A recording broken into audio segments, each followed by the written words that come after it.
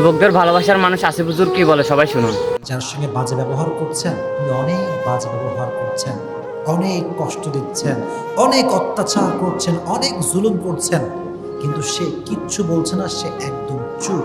তাকে আপনি দুর্বল ভাববেন না। সে হচ্ছে সবচেয়ে বেশি শক্তিশালী মানুষ, যে আপনার হাজার গালি শুনে মুচকি হাসি দেয়, যে আপনার হাজার কষ্ট দেওয়ার পরে আপনাকে ভালোবাসে, যে আপনার হাজার অবহেলার পরে আপনাকে সম্মান করে।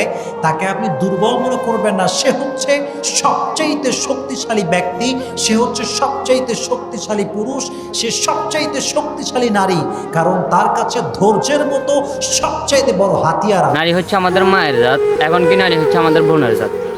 হে পুরুষ, তুমি কি নারীর কষ্ট বুঝতে পারো না? আল্লাহ পৃথিবীর সকল মানুষকে নারীর কষ্ট বোঝার তৌফিক দান।